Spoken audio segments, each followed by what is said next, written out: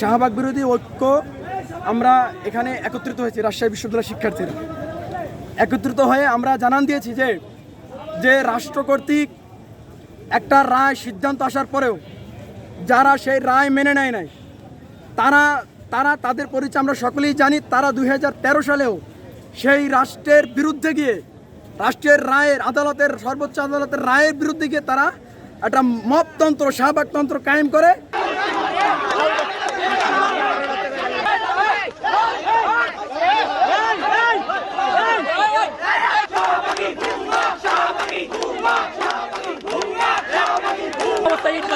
পঁচিশের গণঅভ্যুত্থানের পরেও তারা আবারও বাংলাদেশে অস্থিতিশীল রাষ্ট্র কায়েম করার চেষ্টা করছে।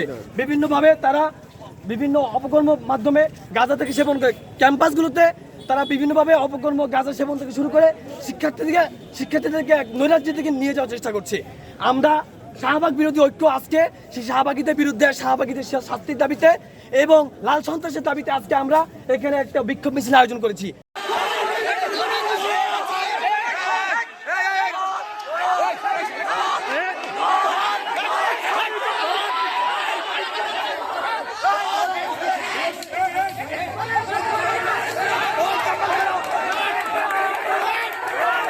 শান্তিপূর্ণ মিছিল শেষে আমরা পরিবহন মার্কেটে সেখানে আমরা বিক্ষোভ মিছিল চলছিল এবং বক্তৃতা চলছিল।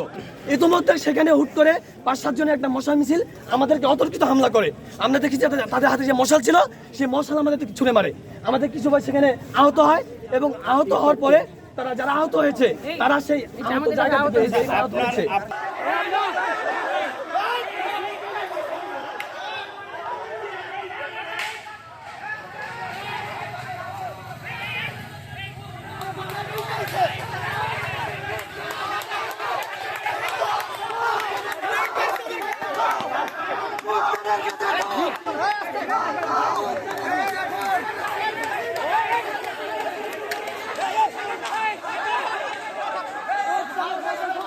মানে একটা গ্রুপ তারা মিছিল করে যাচ্ছিল, মশাল মিছিল আর কি।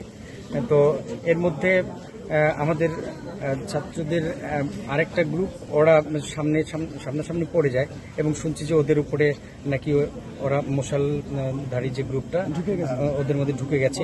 এবং আমি দেখছি যে আমি যেহেতু তখন কিছু জানি না বা দেখিনি, কিন্তু এখন দেখছি যে এদের কেউ আঘাতপ্রাপ্ত বা এদের শরীরে আঘাতের চিহ্ন দেখা গেল।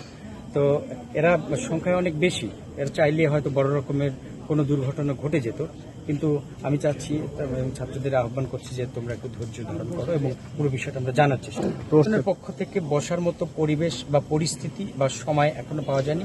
ইনস্ট্যান্ট আমি এখন জানছি এবং এদের সাথে কথা বলে জানার চেষ্টা করছি যে এদের ওপরে হামলা হয়েছে বা এরা কেউ আহত হয়েছে।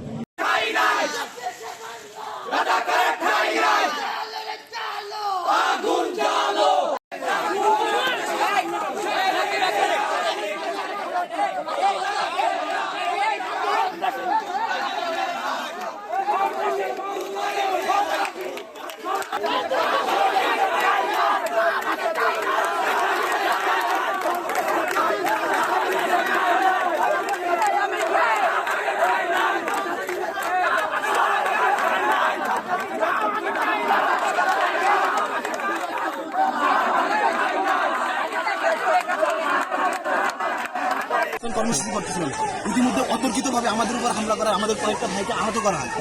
তারপরে এই যে বাম যুদ্ধ ব্রাঞ্চ যারা আছে এরা আমাদের উপর অতর্কিতভাবে হামলা চালায়। আমরা কিছু বুঝতে না উঠে পারি কারো ইয়েতে তারা আমাদের উপর হামলা করে কয়েকজন ভাইকে আহত করে ফেলে, একদম জখম করে ফেলা, ভাইরা উঠতে পারতেছে না।